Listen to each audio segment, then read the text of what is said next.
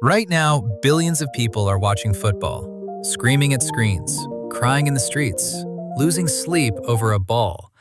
But here's what nobody tells you. Football isn't modern. It's ancient. Humans have been kicking balls and losing their minds over it for over 3,000 years. And in some versions of the game, losing wasn't just embarrassing. It was a death sentence. Let's start with the most insane version of football ever played. Central America, 1400 BC, the Maya and Aztec civilizations.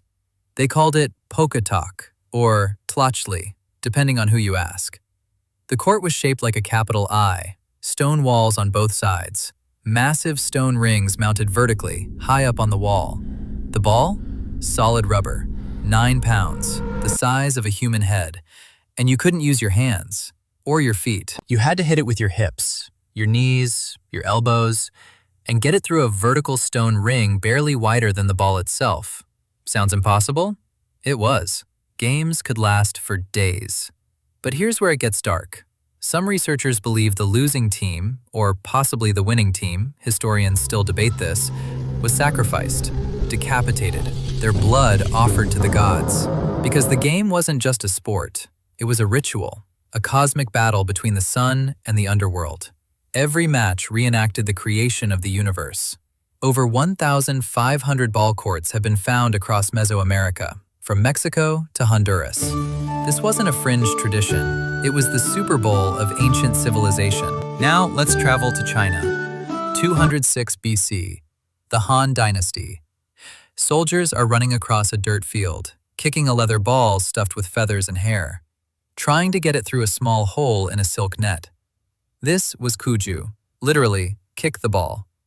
FIFA, the governing body of modern football, officially recognizes Cuju as the earliest form of the beautiful game. And it wasn't just for soldiers. Cuju became a court entertainment. Emperors loved it. There were professional Cuju clubs, star players who were paid for their skill. The rules evolved over centuries.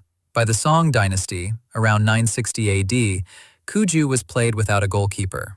Two teams competed to keep the ball in the air the longest, more keep away than football. But the DNA of the game, the ball, the feet, the net, it's all there. Ancient Greece had Episkyros. Around 800 BC, two teams, a line drawn in the middle, ball thrown in. The goal, drive the other team back across their line. No points for scoring in a net, points for territory. More rugby than football, but still a ball game with teams and strategy. The Romans took it and called it Harpastum, which means the ball snatcher game. And that name tells you everything. Harpastum was brutal. Players could tackle, grab, fight for possession. Roman soldiers played it to stay fit. Julius Caesar reportedly loved it. Harpastum spread across the Roman Empire, Britain, Gaul, North Africa. Wherever Rome went, the game went. Not every ancient ball game was about war or sacrifice. Japan had Kemari.